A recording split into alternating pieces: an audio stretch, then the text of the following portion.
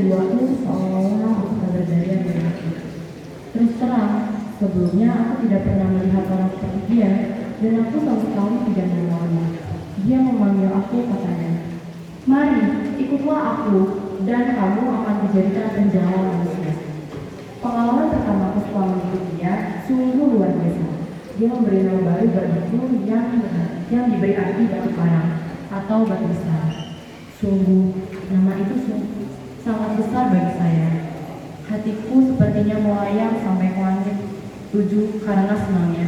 Bukan hanya itu, ternyata akulah murid pertamanya. Ya, disinilah pengalamanku yang tidak terlupakan seumur hidupku. Sedih bercampur haru, dada terasa sesak, dan jantung terasa berhenti. Kalau aku menceritakan ini, hatiku sepertinya tersayat dan aku akan terus menangis. Tapi baiklah, cerita ini akan saya bagikan kepada teman-teman pelajar ini supaya kalian semua tetap setia mengikutinya, dan dia yang saya ikuti selama ini ditangkap oleh sang penguasa dan orang-orang yang suci, soalim dan sok beragama. Ketika hari sudah gelap, kami berada di taman Germani. Tiba-tiba orang datang, lengkap dengan senjata, membawa pentungan, pedang, dan sejenisnya untuk menangkap guruku. Mereka membawa guruku entah kemana, dan aku dan teman-temanku yang lain sangat bersedih. Kepedihannya menguasai hati kami semua. Dengan sembunyi-sembunyi, aku mengikut mereka dari belakang. Ternyata guruku dibawa ke mahkamah agama untuk dihadirkan. Secara diam-diam, aku menyamar memasuki halaman mahkamah agama. Aku memberanikan diri untuk melihat guruku dari tempat yang jauh di tengah kerumunan orang banyak. Aku mengintip guruku. Waduh, aku tidak tahan. Sungguh hati tidak saya. Guruku diperlakukan seperti penjahat besar, diejek, difitnah, dan diperlakukan semena-mena. Aku tidak tahan melihatnya. Sebenarnya aku mau meraup-raup pihakku, tetapi aku takut melihat orang banyak. Di tengah-tengah kesedihan, gelisah dan ketakutanku, seorang perempuan menjumpai aku dan dia berkata padaku, "Engkau juga selalu bersama dengan Yesus, orang Galilea?" Pertanyaan ini membuatku gemetar dan aku menjawab, "Aku tidak kenal orang itu."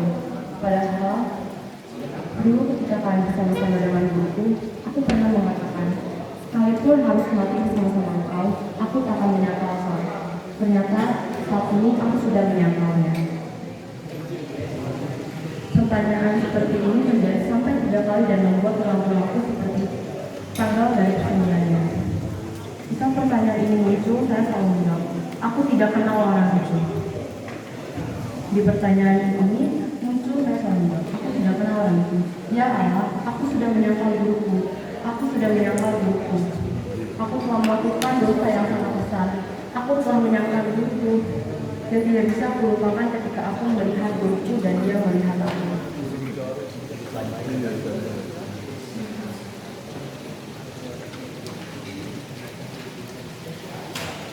Aku ialah semen Petrus yang diberi arti oleh yang Maha Agung dan Tuhan.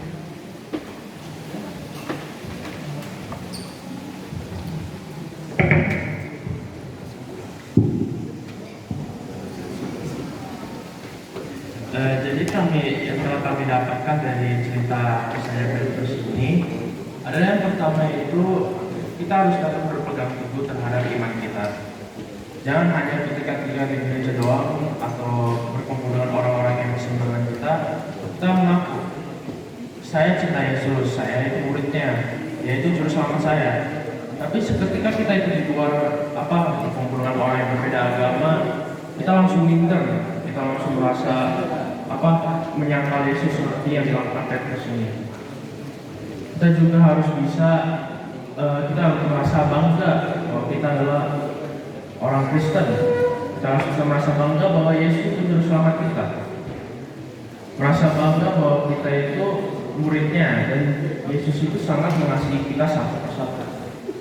Itulah kenapa tema kita itu bahwa kita berharga di mata Tuhan. Selanjutnya kita juga dapat ambil dari cerita ini adalah pertama, si Petrus ini itu seseorang yang mau mengikuti Yesus dan mau meninggalkan segala hal seperti kejadian